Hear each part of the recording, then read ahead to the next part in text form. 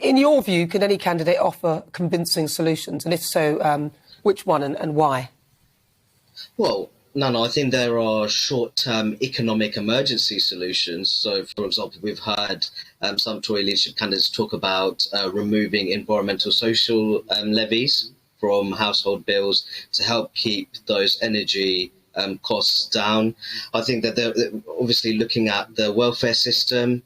There may be ways to provide targeted support for the very poorest families. It's worth noting that inflation, the headline rate of inflation is high, but it's actually already in double digits for the poorest households who are really feeling the pinch. But if I'm being truthfully honest, Nana, there are various international dynamics at play. We've seen soaring demand being met with those, as you talked about, those pandemic-related supply shortages. You see those rising energy prices. Russia-Ukraine has really interfered with a variety of international market prices. So I think that what it would be good to see is actually people being quite realistic and saying there is a limit to what government can actually do in this particular situation. But it's difficult for the public to decipher which one of those plans will be the most effective. And I think that's what most people are struggling with, because I'm listening to them, I'm thinking, oh, this sounds amazing. Liz Truss is going to pay back over a longer period of time, which I actually think is a sensible idea.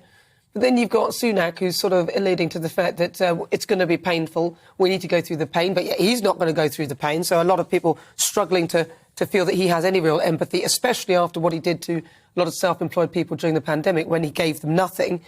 And then there's Penny Mordaunt, who's talking about the duty on fuel. If they cut these things, I'm just wondering where they're going to get the money from to make up the difference. Well, I think that's a very important question that you raise in terms of how fiscally sound are these plans.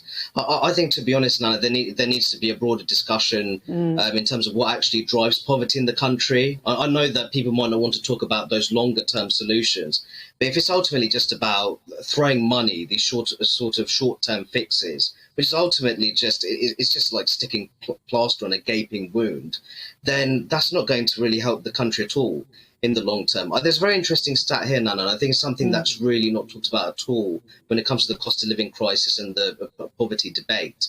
3 in 10 children in the UK live in poverty, but that rises to 1 in 2 when it comes to children living in lone parent households. So I think that we do need to have a broader discussion about how do we foster family stability and community resilience, because if you do that, then there'll be more families which are insulated from these kind of economic crises. And it also helps to reduce the size of the state in the longer term. Well, listen, Dr. Rakib Ehsan, I could talk to you for ages. I've got a very brief answer to this because you've got about 10 seconds. Do you think part of the answer for this is actually the short-termism in our politics? Because what you've just said there is really a long-term approach, but they're thinking about the next 2 years of re-election.